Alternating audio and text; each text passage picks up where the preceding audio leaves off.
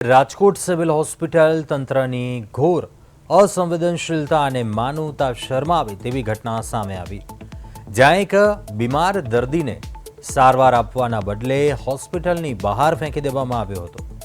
આ અમાનવીય કિસ્સાના ફોટા સામે આવતા જ તંત્રની કામગીરી સામે સવાલો ઊભા થયા હતા અને સોશિયલ મીડિયા પર રોષ જોવા મળ્યો હતો. હોસ્પિટલના સત્તાધીશો સામે બારોબાર લોકોમાં પણ રોષ જોવા મળ્યો. જો કે સોશિયલ મીડિયા ઉપર આ તસવીરો વાયરલ થયા બાદ જેના પગલે સફાળા જાગ્યા સત્તાધીશો અને ત્યારબાદ દર્દીને તાત્કાલિક અસરથી ફરી હોસ્પિટલમાં દાખલ કરીને સારવાર શરૂ કરવામાં આવી. આ સમગ્ર મામલાને ગંભીરતાથી લઈને ઉચ્ચ કક્ષાએથી આ ઘટના માટે જવાબદાર બેદરકાર કર્મચારીઓ સામે કડક તપાસના આદેશો પણ જારી કરી દેવાયા છે. રાજકોટ સિવિલ હોસ્પિટલની બેદરકારી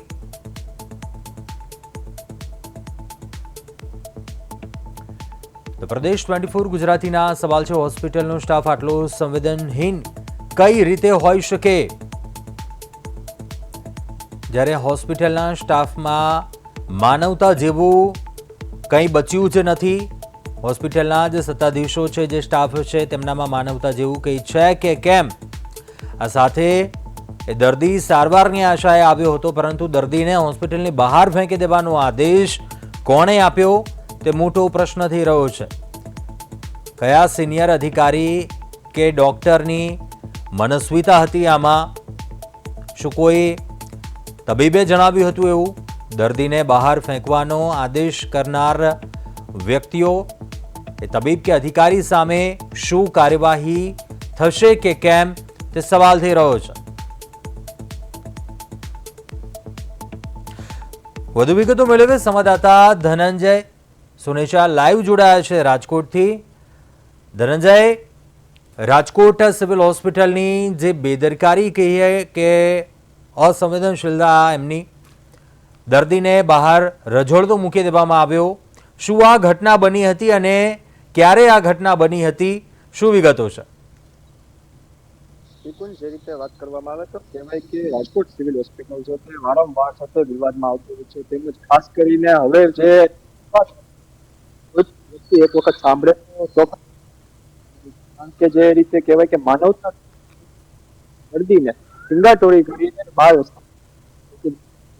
ત્યારે તંત્ર દ્વારા કહેવાય કે સિવિલ તંત્ર દ્વારા છે તે ફોટા જોવામાં આવ્યા હતા, ત્યારબાદ છે તે દર્દીને છે તે સારવાર અર્થ ખસેડવામાં આવ્યા હતા. તેમજ હાલ મોનાલી માકડીયા જે સુપરિન્ટેન્ડન્ટ છે મેડિકલ, તેમની છે તે નિવેદન મીડિયા સમક્ષ આવવાની છે તે સમક્ષ કટાક્ષ ના બોલી દીધી છે. તેમજ તેમણે વધુમાં કહ્યું હતું કે અમે છે તપાસ કમિટીની છે તે રચના કરવામાં આવી છે, પરંતુ ક્યાંક ને ક્યાંક એવું પણ લાગી રહ્યું છે કે તપાસ કમિટીની રચના છે તે માત્ર ને માત્ર વતન થઈ રહ્યું હોય તેવું લાગી રહ્યું છે. કારણ કે અનેક વખત રાજકોટ સિવિલ હોસ્પિટલ છે તે વિવાદમાં આવતી હોય છે, છતાં પણ કમિટી જે બેસાડવામાં આવે છે તેનો રિપોર્ટ છે તે ક્યારેય મીડિયા સમક્ષ કે કોઈ પણ પબ્લિક સમક્ષ છે તે મૂકવામાં નથી આવ્યો. ત્યારે અનેક સવાલો છે તે રાજકોટ સિવિલ તંત્ર ઉપર છે તે થઈ રહ્યા હોય છે. તેમજ ખાસ કરીને વાત કરવામાં આવે તો ગરીબ લોકો જ્યારે છે સિવિલ તંત્રમાં આવીને પોતાનો ઈલાજ કરવા માટે આવતા હોય છે, પરંતુ ક્યાંક ને ક્યાંક આવા જે કહેવાય કે માનવતાને છે તે શરમાવી દે છે તેવી ઘટના છે તે રાજકોટમાં બની છે. ત્યારે હવે જોવાનું તે રહેશે કે રાજકોટ સિવિલ તંત્ર છે તે આ લોકો સમક્ષ છે તે કઈ પગલાં લેશે કે નહીં તે જોઈ રહ્યું છે. ચોક્કસથી ધનંજય, આ પહેલી વખત નથી કે કદાચ રાજકોટ સિવિલ હોસ્પિટલની આ પ્રકારનો વિવાદ છે તે સામે આવ્યો હોય. આ પહેલા પણ સ્ટાફના વર્તનને લઈને ઘણી એવી ઘટનાઓ સામે આવી ચૂકી છે. ભૂતકાળમાં પણ આપણે જોયું છે કે ત્યાંના જે હાજર સ્ટાફ હોય, નર્સિંગ સ્ટાફ હોય, તેને લઈને ઘણા એવા આપણે કિસ્સાઓ પણ જોયા છે. આ જે બનાવ બન્યો છે તે મામલે શું દર્દી કહી રહ્યા છે, તેના કોઈ પરિવારજનો કહી રહ્યા છે? શું અત્યારે પ્રાથમિક હોસ્પિટલના સત્તાધીશો દ્વારા કોઈ ખુલાસો કરવામાં આવ્યો છે કે કેમ, કે ખરેખર એવું તો શું બન્યું હતું? બીમાર દર્દીને હોસ્પિટલની બહાર ફેંકી દેવામાં આવ્યો, તે વાતમાં પણ આ ઘટનામાં કેટલું તથ્ય છે? હોસ્પિટલ સ્ટાફ તરફથી શું કોઈ એવો ખુલાસો? જે રીતે વાત કરીએ તો મોનાલી માકડીયાની વાત કરવામાં આવી હતી ત્યારે નિવેદન આપો છતાં તે લોકો દ્વારા કહેવામાં આવ્યું છે કે નિવેદન અત્યારે રહેવા દો, કારણ કે આ જે બનાવ બન્યો છે તેમાં અમે કમિટીની રચના કરી છે, પરંતુ ક્યાંક ને ક્યાંક કહેવાય કે સિવિલ તંત્ર છે તે ઘોર નિંદ્રામાં હોય તેવું લાગી રહ્યું છે. કારણ કે અનેક વખત છે તે સિવિલ તંત્ર છે તે વિવાદમાં આવતું હોય છે. તેમજ થોડા સમય પહેલા કહેવાય કે જે જનરલ વોર્ડ હોય તેમાં છે તે ઉંદેરા રાજ હોય તેવું લાગી રહ્યું હતું. તેમજ ખાસ કરીને તે લોકો એમ કહી રહ્યા છે કે કમિટીની રચના, પરંતુ કમિટી જે રીતે કહેવાય કે કઈ કરતું જ ના હોય તેવું લાગી રહ્યું છે. અને લોકોમાં પણ હાલ અત્યારે કહેવાય કે ભારે આક્રોશ છે તે જોવા મળી રહ્યો છે. કારણ કે કોઈ પણ ગરીબ વ્યક્તિ છે તે સિવિલ માટે શા માટે જતું હોય છે? કારણ કે તેમની સવાલ છે કે ખાસ કરીને અમને જે સારવાર છે તે અમને પૈસા નથી હોતા, તેના માટે છે ત્યાં સિવિલ હોસ્પિટલમાં છે રહેતા હોય છે. ત્યારે તેના ઉપર જો આવી રીતે કરવામાં આવે, તેમજ માનવતાને કહેવાય કે આ એક શરમ છે તે આવી જોઈએ. તેમજ ખાસ કરીને ડોક્ટરો દ્વારા પણ કહેવાય કે ડોક્ટર અત્યારે લોકો છે તે ડોક્ટરને ભગવાન માનતા હોય છે, પરંતુ ડોક્ટર જ જો આવું કરવામાં આવે તો કહેવાય કે હવે લોકો ક્યાં જશે? કારણ કે કોઈ પણ ઈલાજ કરવા માટે આ ડોક્ટરને છે તે પકડવામાં આવતા હોય છે, પરંતુ ડોક્ટર જ જો સિવિલ તંત્રના ડોક્ટર જ જો આવી રીતે કરશે, અને મોનાલી માકડીયા પણ છે તે પણ કઈ રીતે નિવેદન આપતા નથી, ત્યારે અનેક સવાલો છે તે હાલ ઉભા થઈ રહ્યા છે.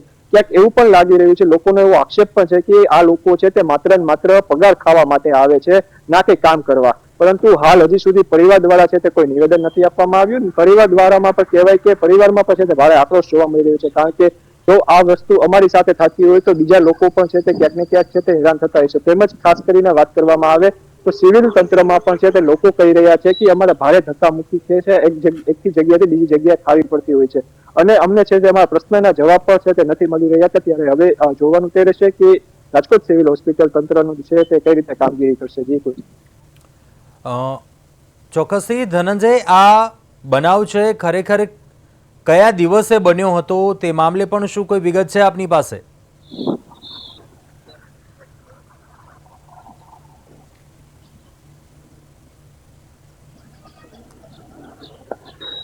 ધનંજય, આ બનાવ ક્યારે બન્યો હતો તે મામલે શું કોઈ વિગતો છે આપની પાસે, કે આજે જ આ બનાવ બન્યો હતો તે મામલે શું કોઈ વિગતો કે અપડેટ છે? કુલ આજે જ આ બનાવ બન્યો હતો છે તે પણ આજે બનવામાં આવ્યો હતો કે બે લોકો દ્વારા છે તે ફેંકી દેવામાં આવ્યા હતા. ઘટનાની જાણ થતા જ સારવાર અર્થ છે તે ખસેડવામાં આવ્યા. જે દર્દીઓ છે તેમને આ ત્યારે અનેક સવાલો છે તે ઉભા થાય તે આજના જ છે. જી હેમાંગભાઈ વસાવડા કોંગ્રેસ નેતા છે, તે પણ આપણી સાથે લાઈવ જોડાયા છે. હેમાંગભાઈ, સ્વાગત છે આપનું પ્રદેશ 24 ગુજરાતીમાં. હેમાંગભાઈ, પહેલો પ્રશ્ન જે સંવેદનશીલતાની વાતો કરે છે સરકાર, પરંતુ જ્યારે એમ્સની મોટી ભેટ મળશે, પરંતુ આ ખરેખર વાસ્તવિકતા આજે આ દ્રશ્યો બોલી રહ્યા છે કે દર્દીને રજોડતો મૂકી દેવામાં આવ્યો, આ હોસ્પિટલની ક્રૂરતા. આ શું કહીએ? પહેલા તો આ ઘટનાને કઈ રીતે જોઈ રહ્યા છો આપ? પહેલા આ એટલી ગંભીર ઘટના છે, ખૂબ જ ગંભીર. એમાં ઘણા બધા પ્રશ્નો સંકળાયેલા છે. પહેલો પ્રશ્ન એ છે, જે ધનંજયભાઈ માહિતી આપી એનાથી આગલી માહિતી હું આપું. આ સુરેન્દ્રનગર જિલ્લામાંથી આવેલો દર્દી છે. એણે ઝેરી દવા પીધી હતી અને સિવિલ હોસ્પિટલ રાજકોટમાં સારવારમાં હતા. જ્યારે ઝેરી દવા પીવામાં આવે અને એને શરીરમાંથી કાઢવા માટે જે ઇન્જેક્શન આપવામાં આવે એ બંને માનસિક અસ્થિરતા કરે. દર્દી માનસિક રીતે અસ્થિર હતો. સિવિલના ખાટલા ઉપરથી રાત્રે નીકળીને બહાર ફૂટપાથ ઉપર આવી સૂઈ ગયો.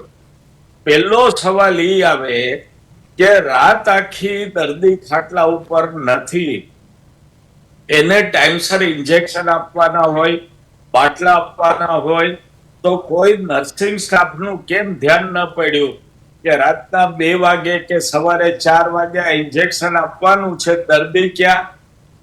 આ પહેલો પ્રશ્ન ઉભો થાય છે. બીજું, જે વોર્ડના ઇન્ચાર્જ ડોક્ટર હતા એને નાઇટ રાઉન્ડ લીધો ત્યારે હતો, સવારના રાઉન્ડમાં નતા ભાઈ, તો એને કેમ સવાલ નથી કે આ તો ડિસ્ચાર્જ થયા નથી તો ક્યાં? જી જી, આ પહેલા 2 પ્રશ્ન છે. એટલે લીપાપોતી ભારતીય જનતા પક્ષના રાજમાં દરેક પ્રશ્નમાં લીપાપોતી કરવામાં આવે છે. હવે સીટ નિમાશે, તપાસનીશ અધિકારી નિમાશે, પણ હું આજે આપની ચેનલ ઉપર જે કહું છું એ એક પણ મુદ્દા ઉપર તપાસ થશે નહીં. આખી રાતમાં નર્સિંગ સ્ટાફને કેમ ખબર ના પડી? જે ઇન્ચાર્જ ડોક્ટર છે એને કેમ ખબર ના પડી? ત્રીજું, કે દર્દી બહાર ફૂટપાથ ઉપર સૂઈ રહ્યો હતો તો રાતના કોઈ સિક્યોરિટી રાઉન્ડ હતા જ નહીં. કારણ કે આમાં શું તકલીફ થાય છે કે સિક્યોરિટી ઉપર બધું આપી દીધું છે, કોન્ટ્રાક્ટ ઉપર કોન્ટ્રાક્ટ. એટલે 30 સિક્યોરિટી મેન ચોપડે બોલતા હોય, ડ્યુટી ઉપર 12 જ હોય. અને એને ખબર છે સરકારી અધિકારી ડરે, જી સરકારી કર્મચારી ડરે કે મારી નોકરી જશે, મારા હક. આને તો ખબર જ છે કે અહીંથી કાઢશે બીજે મૂકશે, કઈ ફેર પડતો નથી. હવે ત્રીજી અગત્યની વાત ઉપર આવું કે મોટું તમે બનાવવા માંડો છો, મોટું બનાવવા માંડો છો કારણ કે તમારે મત જોઈએ છીએ, ભાઈ કરવી છે. તમે ઇન્ફ્રાસ્ટ્રક્ચર તો મજબૂત કરતા નથી. જી જી દર્દીને ટીંગાટોળી કરીને લઈ જવો પડે. સ્ટ્રેચર હતા જ નહીં. સ્ટ્રેચર હતા તો સ્ટ્રેચર ચલાવવા વાળા માણસો હતા કે નહીં? કારણ કે એમાં એવું જ છે 60 માણસ ડ્યુટી ઉપર હોય, બોલતા હોય ચોપડે, 15 જણા 20 જણા જ હાજર હોય, 40 પગાર ખિસ્સામાં. કોના ખિસ્સામાં ભગવાન જાણે, રામ જાણે. જો કે હવે તો રામની ખબર નથી પડતી કે કોણ ચોરી જાય છે. પણ આવું થાય છે. માટે ઇન્ફ્રાસ્ટ્રક્ચરનો ફેલ્યોર છે, સિક્યોરિટી ફેલ્યોર છે, નર્સિંગ અને મેડિકલ સ્ટાફની ફેલ્યોર છે. અને આ રાજકોટ સિવિલ માટે અત્યંત કલંકિત, માનવતાને શર્મસાર કરતી ઘટના છે. હવે તપાસ ચાલુના નિવેદનો આવ્યા કરશે, અંતે કઈ નહીં થાય. એકાદ સિક્યોરિટીને રાજકોટ સિવિલમાંથી મોકલીને જ્યાં બીજા એનું કોન્ટ્રાક્ટર છે ત્યાં જશે, બાકી કાંઈ નહીં થાય. પ્રજાએ હેરાન જ થવાનું છે, દર્દીઓએ હેરાન જ થવાનું છે. હેમાંગભાઈ, પ્રશ્ન એક જ છે, જે આ સિસ્ટમ જે ચેન્જ છે તો ખામી ક્યાં છે? શું હોસ્પિટલના સત્તાધીશો, સુપ્રિન્ટેન્ડન્ટને આ બાબતે શું એવી જાણ નહીં હોય કે આ પ્રકારે કે નર્સિંગ સ્ટાફ છે કે આટલા સમયગાળા દરમિયાન એ રાઉન્ડ ઉપર જવાનો હોય, નાઇટ શિફ્ટમાં જે કર્મચારીઓ ત્યાં કામ કરતા હોય, શું ખરેખર વાસ્તવિકતાથી અજાણ હશે? આ કોનું ફેલિયર આપણે ગણી શકીએ આ, કે શું એવા નિયમો જે બનાવેલા હોય તેનું ઇમ્પ્લિમેન્ટ ના થાય? હું સુપ્રિન્ટેન્ડન્ટને સીધા જવાબદાર નહીં ગણું. જી, કારણ કે મધ્યરાત્રિ, સાંજ પછી રાતથી સવાર સુધીનો બનાવ છે. કોઈ પણ સુપીરિયર અધિકારી રાતના ભાગે એમની ફરજ ઉપર ઓફિસ, કાર્યાલય, હોસ્પિટલ હાજર હોય નહીં. જી જી ફેલ્યોર નીચેના માણસોની છે, નીચેના માણસોની છે, નર્સિંગ સ્ટાફની છે, ડોક્ટર, ડ્યુટી ડોક્ટરની છે, સિક્યોરિટીની છે.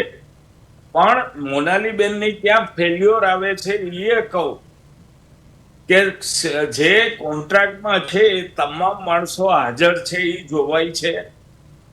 ઇન્ફ્રાસ્ટ્રક્ચર, સ્ટ્રેચર છે, વ્હીલચેર છે, રિક્ષા છે, આ બધું છે. આ બાબત જોવાય છે અને એને માટે આપણે મોનાલીબેનને જવાબદાર ગણી શકીએ.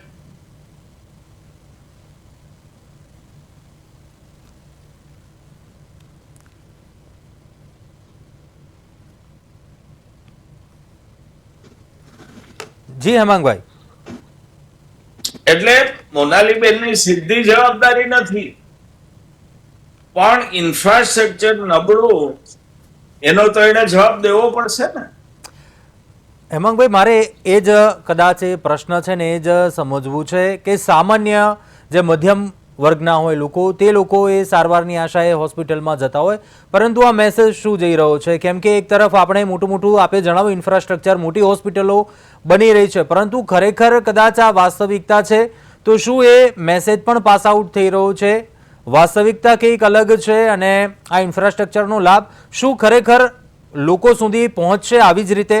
આ લાગી રહ્યું છે આ દ્રશ્યો જોઈને ખરેખર? અને આવા બીજા બનાવોમાં મેસેજ લાઉડ અને સ્પષ્ટ છે. પ્રજાએ સમજી જવાની જરૂર છે. પછી ન જ સમજી શકે તો ભગવાન બચાવે. હેમાંગભાઈ, શું કાર્યવાહી થવી જોઈએ આમાં? કેમ કે એ નિયમ પણ હોય, લો પણ હોય છે, પરંતુ શું આમાં કાર્યવાહી થશે આપને લાગી રહ્યું છે? આપ વધુ જાણકાર છો. મેં કીધું એમ નર્સિંગ સ્ટાફ, આયાબેન, વોર્ડ બોય, સિક્યોરિટી, આ બધું જ કોન્ટ્રાક્ટ ઉપર વેચી નાખવામાં આવ્યું છે. એટલે કોઈ પગલાં લઈ શકાશે નહીં.